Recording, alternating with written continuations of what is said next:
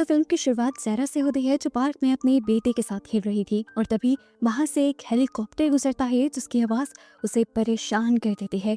Helicopter को देखते हुए पुरानी यादों में वो खो जाती है। वो एक आर्मी ऑफिसर थी और एक मिशन में उसके कई साथी मारे गए थे जिसका दुख और सदमा आज भी उसे था और इसी वजह से उसकी दिमागी हालत भी खराब हो गई थी और उसने रिटायरमेंट भी ले ली थी। उसकी इसी खौफनाक यादों के दौरान एक आदमी जो कि अपनी फैमिली के साथ खेल रहा था उससे टकरा जाता है और वो उसे किसी दुश्मन की तरह पलटते हुए इतना मारती है कि उसकी नाक तक टूटकर खून रिसने लग जाता है और तब जाकर उसे होश आता है कि मैंने ये गलत कर दिया। फिर उसने इस आदमी से माफी भी मांगी और वो अपने बेटे को लेकर घर चली गई। कुछ साल इस दिन को गुजर जाते हैं और दिखाया जाता है कि सैरा का बेटा अब बड़ा हो चुका है और सैरा उसे लेकर अमेरिकन एम्बेसी में जाती है। इसी टाइम सैरा को एक जर्नलिस्ट का मैसेज मिलता है जिसमें वो बता रहा था कि सैरा के आखिरी मिशन के बारे में उसके पास कुछ खास इंफॉर्मेशन है जिसकी मदद से ये लोग पता चला सकते हैं कि आखिर उस दिन दुश्मनों ने उनके ऊपर हमला किया कैसे था। जर्नलिस्ट ने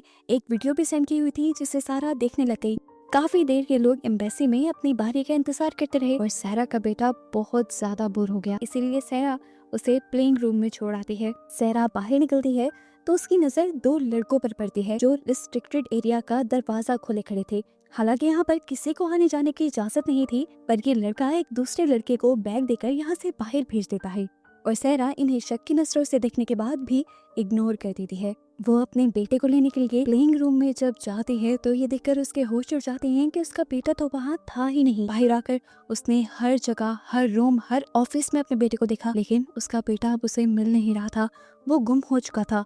वो यहाँ के रीजनल सिक्योरिटी ऑफिसर एरिक से मिलती है और उससे वही रिस्ट्रिक्टेड दरवाजा खोलने की रिक्वेस्ट करती है, ये बताते हुए दो बंदों ने इस दरवाजे को खोला था, हो सकता है कि मेरा बेटा भी वहाँ चला गया हो। एरिक ने अपने सारे स्टाफ को, सभी गार्ड्स को उस बच्चे को ढूंढने में लगा दिया पूरी एम्बेसी के अंदर, पर ये दरवाजा नहीं खोला और बताया कि ये दरवाजा खोलना तो अलाउ ही नहीं है। वो अभी यही बात उसे समझा ही रहा था कि उसी टाइम सार्जेंट यहाँ आकर एरिक के कान में कुछ कहते हैं और एरिक उसे लेकर ऑफिस में चला जाता है जहाँ सारा को बताया जाता है कि वो इस एम्बेसी में अकेली आई थी। उसका बेटा तो उसके साथ था ही नहीं, ना ही एंट्री में उसके बेटे का नाम था, यहाँ तक कि सीसीटीवी कैमरास में भी वो अकेली ही नजर आ रही थी। देखकर सारा गुस्से से लाल पीली हो गई। सैरा को अच्छी तरह याद था कि वो अपने बेटे को यहाँ लेकर आई थी, इसीलिए वो फौरन जर्मन पुलिस को कॉल करने की रिक्वेस्ट करती है। एरिक उसे फोन मिलाकर दे देता है। सैरा उन्हें अपने बच्चे की कंप्लेन करती है, लेकिन जर्मन पुलिस उसे ये बताती है कि वो एम्बेसी अमेरिका का इलाका है और हम वहाँ कुछ भी नहीं कर सकते। पुलिस वाले सैरा की बस इतनी मदद कर सकते थे कि वो अपने दो पुलिस ऑफिसर वहाँ भेज रहे थे जो सैरा को उस एम्बेसी से निकाल सकते थे। थोड़ी देर में सार्जेंट को कोई काम पड़ा तो वो सैरा को एक कमरे में लॉक कर गए। मौके का फायदा उठाते हुए सैरा ने अपनी मॉम को कॉल की और उनसे कहा कि किसी तरह आप पुलिस या गवर्नमेंट से कांटेक्ट करिए क्योंकि अमेरिकन एम्बेसी वालों ने मेरे बेटे को किडनैप कर लिया है। उसकी ऐसी बातें सुनकर उसकी मॉम चौंक जाती हैं और सैरा से पूछती हैं कि सैरा, क्या आजकल तुम अपनी मेडिसिन ले रही हो? ये सुनकर सैरा झुंझला जाती है कि किसी को भी उसकी बात पे यकीन क्यों नहीं आ रहा था। असल में सैरा को स्ट्रेस की वजह से हेलुसिनेशंस होते रहते थे और विजन्स आते रहते थे। मन घड़त कहानियां उसके दिमाग में बनती रहती थी, इसलिए उसकी मॉम को लगा कि सारा अब भी उनसे झूठ कह रही होगी या सारा को ऐसे ही विजन्स आ रहे होंगे। सैरा को किसी तरह इस ऑफिस से बाहर जाना था। लॉक खोलने के लिए वो इधर उधर कुछ चीजें तलाश करती है तो उसे एक पिन मिल जाती है जिसे सीधा करते हुए वो लॉक को खोलकर बाहर निकल आती है। अपने बेटे को ढूंढने के लिए वो दोबारा प्लेइंग एरिया के अंदर जाती है जहाँ पर उसे अपने बेटे की एक कार मिल जाती है। ये देखकर उसे अपने ऊपर और भी ज्यादा यकीन हो गया था कि वो अपने बेटे को साथ लेकर ही आई थी। अब वो अपने रास्ते में आने वाले सारे सीसीटीवी कैमरास को तोड़ते हुए यहाँ के हर कमरे में चेक करने लग जाती है अपने बेटे को। इसी दौरान वो यहाँ के एक लॉक हुए कमरे को भी खोल देती है जिसके अंदर एक लड़की थी। सैरा को देखकर वो चिल्ला देती है, लेकिन सैरा उसके मुंह पे हाथ रख के उसे चुप करवा देती है। सैरा उससे माफी मांगती है और कहती है, मैं बस अपने बेटे को ढूंढ रही थी। ये कहकर वो जाने ही लगी तो इरीना नामी इस लड़की ने उसे रोक लिया और कहा कि मैं यहाँ पर पिछले 2 महीने से रह रही हूँ, अगर तुम चाहो तो मैं तुम्हारे साथ मिलकर तुम्हारे बेटे को ढूंढ सकती हूँ, लेकिन इसके बदले में तुम्हें मुझे यहाँ से बाहर निकालना होगा। सैरा उसकी बात मान जाती है।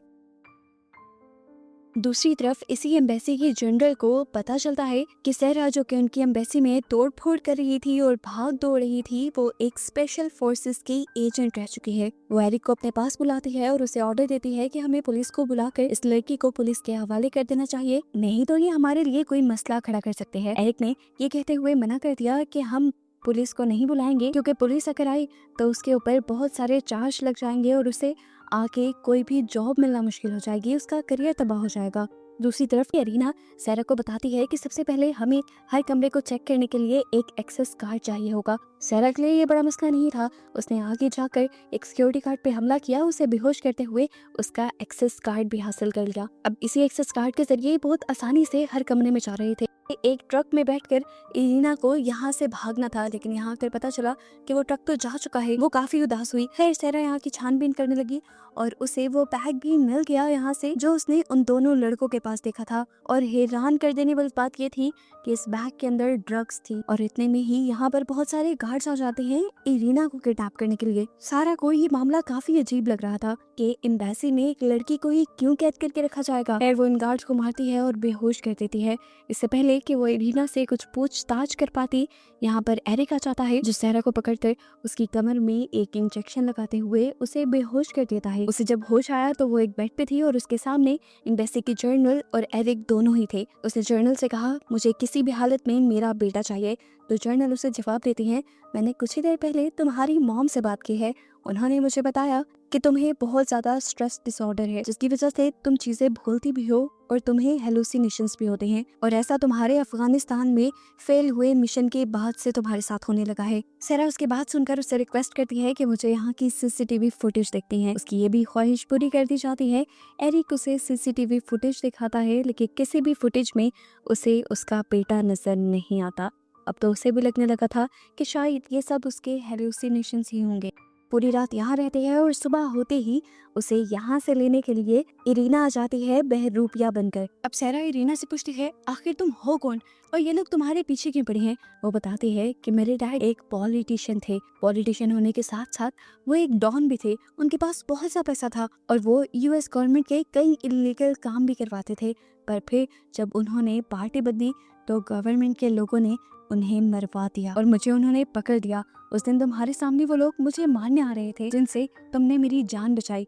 इलीगली वापस जाना चाहती हूँ ताकि अपनी मॉम से मिल पाऊँ। अगर लीगल रास्तों से गई तो यूएस गवर्नमेंट कहीं से भी मुझे ढूंढ कर मरवा देगी। उसकी बातें सुनने के बाद सारा को लगा कि शायद ये सब उसका वहम होगा। इरीना झुंझला गई और सैरा को यकीन दिलाने के लिए उसने अपना हाथ काटना शुरू कर दिया और फिर सैरा को भी ये सच समझ आ गया। सैरा को ये भी समझ आ गई कि वो इतनी बीमार नहीं है, ये लोग उसे बेवकूफ बनाना चाह रहे हैं और कुछ तो उसके साथ भी गड़बड़ करने की कोशिश कर रही हैं। वो अब पूरी एम्बेसी में घूमकर उस लड़की को ढूंढती है जिसे उसने रिस्ट्रिक्टेड एरिया के अंदर देखा था। वो उस लड़के से अपने बेटे के बारे में पूछती है तो वो लड़का कहता है, हाँ मैं जानता हूँ कि तुम्हारा बेटा कहाँ है, लेकिन उसके बदले तुम्हें मेरा एक काम करना होगा, तुम्हें वहाँ से मेरा ड्रग्स का बैग चुरा कर देना होगा। उसके अंदाज से सारा समझ गई कि उसे सैरा के बेटे के बारे में कुछ नहीं पता, लेकिन ये बात वो लड़के को नहीं बताती और कहती है कि अगर तुम्हें वो बैग चाहिए तो तुम्हें मुझे एक मैप और एक एक्सेस कार्ड ला कर देना होगा। इन्हीं बातों के दौरान सैरा नोटिस करती है कि एरिक भी यहाँ अपनी बेटी के साथ आया हुआ था। एरिना भी यहाँ जब उसके पास आई तो ये दोनों मिलकर एरिक के टेबल के पास गए और उन्होंने देखा कि एरिक की बेटी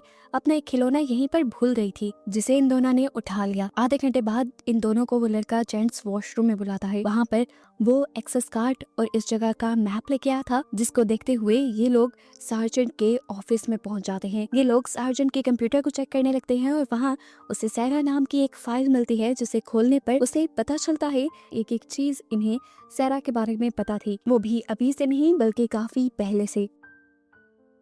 इसी दौरान उसे इस्लामाबाद मीटिंग के नाम से एक फाइल दिखती है, जिसे जब वो ओपन करती है तो उसे इस्लामाबाद में एरिक नजर आता है। इस पिक्चर में एरिक क्लियर था। सैरा को याद आया कि यही वीडियो उसे सुबह जर्नलिस्ट ने भी भेजी थी। उसे जर्नलिस्ट को कॉल की और पूछा कि एरिक का इस सब से क्या लिंक है। तो वो जर्नलिस्ट अब उसे बताता है कि अफगानिस्तान में यूएस मिलिट्री की बेस पर जो हमला हुआ था उसे करवाने के पीछे कोई और नहीं बल्कि एरिक ही था। एरिक ने ही उनकी लोकेशन दुश्मनों को दी थी, जिसके बदले उसे पैसे मिले थे।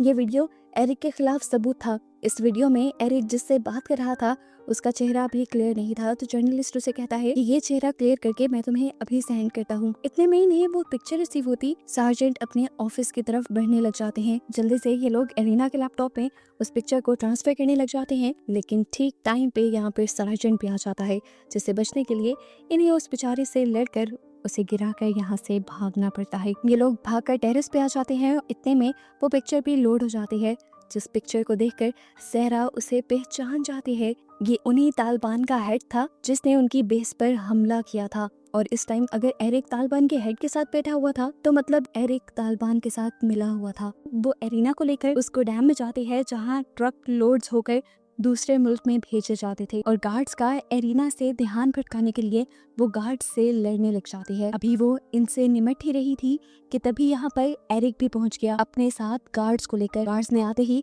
धड़ाधड़ सहरा पे हमला शुरू कर दिया, जिन सबसे सहरा एक एक करके बड़े अच्छे से निमट लेती है, क्योंकि वो एक ट्रेन सोल्जर थी। ऐसे गार्ड्स से लड़ना उसके लिए आम बात थी। जब सभी गार्ड्स को वो हराकर गिरा देती है तो एरिक उस पर हमला कर देता है, पर वो बेचारा भी सहरा के सामने कुछ नहीं था। सहरा उसका मार मार कर बुरा हाल कर देती है और उसी की गन छीन कर उसी पर पॉइंट कर देती है और उससे कहती है, मुझे मारने के लिए इतना बड़ा प्लान क्यों बनाया? तुम कुछ भी करवा सकते थे, सड़क पर मेरा एक्सीडेंट करवा सकते थे, मेरा मर्डर करवा सकते थे, तुम्हारा मकसद तो सिर्फ मुझे खत्म करना था ना? एरिक हैरान होकर उससे सवाल करता है, तुम्हें कैसे पता कि मैं तुम्हें मरवाना चाहता हूँ? और मैं तुम्हें क्यों मरवाऊंगा? सहरा बोली, क्योंकि मैं वही आखिरी सोल्जर हूँ जो उस दिन अफगानिस्तान में बच गई थी। मैं ही उसी सारे हमले की आई विटनेस हूँ जिसको करवाने के पीछे तुम्हारा भी हाथ है, और बस अपने आप को बचाने के लिए तुम मुझे मारना चाहते हो, लेकिन मैं तुम्हें नुकसान नहीं पहुंचाऊंगी। मैं बस इतना चाहती हूँ कि तुम मेरा बेटा मुझे वापस दे दो। एरिक उससे कहता है कि अगर मुझे कुछ हुआ तो याद रखना कि तुम्हारा बेटा तुम्हें जिंदगी भर नहीं मिलेगा। उसकी धमकी सुनकर सहरा वहाँ से निकल गई। उसे समझ थी कि अब अपना काम निकलवाने के लिए उसे कुछ और ही करना होगा। वो बाहर जाकर सबसे पहले एरिक की बेटी को ढूंढती है और उसका टॉय फोन उसे दिखाते हुए उसे बातों में लगाकर यहाँ के एक सेफ हाउस में ले जाती है और उसे अपने साथ वहाँ पर बंद कर देती है। उसने एरिक की बेटी को किडनैप कर लिया था। इस चीज की खबर जनरल और एरिक के बाकी कलीग्स को भी हो गई। सभी लोग इस सेफ हाउस के सामने आ गए और सभी ने सहरा से उस बच्चे को छोड़ देने को कहा, लेकिन सहरा उसे छोड़ने के लिए तैयार नहीं थी। बार बार हर कोई उससे यही रिक्वेस्ट कर रहा था कि उस बच्चे को छोड़ दो, तो सहरा कहती है, ठीक है, मैं उस बच्चे को छोड़ दूंगी, लेकिन एक शर्त पर। मुझे एरिक से कुछ बात करनी है। इस बच्चे के बदले एरिक पहले अंदर आएगा। एरिक चुपचाप उसकी बात मानते हुए अंदर आ जाता है और सबसे पहले आकर यहाँ का वॉइस सिस्टम बंद करता है, क्योंकि वो जानता था कि यहाँ की आवाजें सारी बाहर जा रही हैं और एरिक के जो घिनौने काम सहरा को पता है उसका वो किसी और को पता लगने नहीं दे सकता। सहरा ने उसे सबसे पहले यही बात कही कि मैं जानती हूँ तुम मुझे मारना चाहते हो, मैं खुद को खुद ही खत्म कर लूंगी, लेकिन मेरी एक शर्त है कि तुम मेरे बेटे को मेरे मरने के बाद मेरी मॉम के हवाले कर देना। इस बात का तो एरिक कोई जवाब नहीं देता, लेकिन वो सहरा से कहता है कि तुम जो जानना चाहती हो मैं तुम्हें बताता हूँ। हाँ, मैं उस दिन मिला था, अफगानिस्तान के तालिबान से मैं मिला हुआ था और मैंने ही यूएस बेस की लोकेशन भी दुश्मनों को बताई थी, क्योंकि मुझे इस काम के बदले पैसे मिल रहे थे। वो काम कब का कब हो गया, सभी लोग मारे गए, एक तुम बच गई थी। मैं जानता था तुम्हारे बारे में, लेकिन मैं कभी भी तुम्हें मारना नहीं चाहता था। मसला तो उस जर्नलिस्ट की वजह से बना जिसको इस सारी बात की खबर हो गई। वो मुझे धमकाने लगा। मैं जानता था कि वो जरूर तुम्हें भी ये बात बताएगा। इससे पहले ही मैं उस जर्नलिस्ट को मरवाना चाहता था, लेकिन तुम्हें उसके मरने से पहले ही ये सारी बातें पता चल गई और फिर इस तरह तुम्हें भी मारना मेरी मजबूरी बन गया। हाँ, तुम सच थी, तुम्हारा बेटा तुम्हारे साथ यहाँ आया था, लेकिन मुझे तुम्हें मारने के लिए ये पूरा खेल खेलना पड़ा। सीसीटीवी से मैंने ही तुम्हारे बेटे को गायब करवाया था। ये सारी बातें करने के बाद वो अपनी गन से पहले सहरा को शूट कर देता है और फिर खुद ही अपने टांग में गोली मारकर सहरा के हाथ में गन पकड़ा देता है और फौरन सेफ हाउस से इस तरह एक्टिंग करते हुए बाहर आता है जैसे सहरा ने पहले उसके ऊपर हमला किया और फिर अपने आप के बचाव में उसने सहरा को गोली मार दी। सहरा इस टाइम मरी नहीं थी, लेकिन वो बुरी तरह जख्मी जरूर थी। एरिक ये सब तो भूल ही गया था कि सहरा भी कोई आम इंसान नहीं थी, वो एक सोल्जर थी। ये सारी बातें जो एरिक ने यहाँ उसके सामने की थी, उसने एरिक की बेटी के ही टॉय फोन में ये सब रिकॉर्ड कर लिया था। बाहर सभी लोग इस टाइम सहरा को टेररिस्ट समझ रहे थे। जिस सेफ हाउस के अंदर सहरा थी, उस सेफ हाउस को खत्म करने के लिए वो तो उसके बाहर बॉम्ब भी लगा दे, लेकिन उससे पहले ही सहरा वो रिकॉर्डिंग यहाँ के माइक्स में प्ले कर देती है। बाहर खड़े हुए सभी लोग एरिक का वो कन्फेशन सुन पाते हैं और जान जाते हैं कि एरिक एक घिनौना इंसान है। वो ना सिर्फ इस टाइम सहरा के साथ ही खेल खेल रहा था, बल्कि उसने यूएस गवर्नमेंट और यूएस मिलिट्री के साथ भी बहुत बड़ी गद्दारी की थी। एरिक का चेहरा जब सबके सामने आता है तो एम्बेसी की जनरल फौरन ही उसे गिरफ्तार करवा देती हैं। सहरा को सेफली सेफ हाउस से बाहर निकाल लिया जाता है और उसके बेटे को भी ढूंढकर जल्द ही उसके हवाले कर दिया जाता है। एम्बेसी की तरफ से उसे अच्छी हेल्थ केयर सर्विस प्रोवाइड की जाती है, जिससे उसका इलाज होता है और वो बिल्कुल ठीक हो जाती है। और मूवी के एंड पर सहरा को उसके बेटे के साथ खुश दिखाया जाता है और बस इसी के साथ ये मूवी यहाँ खत्म हो जाती है।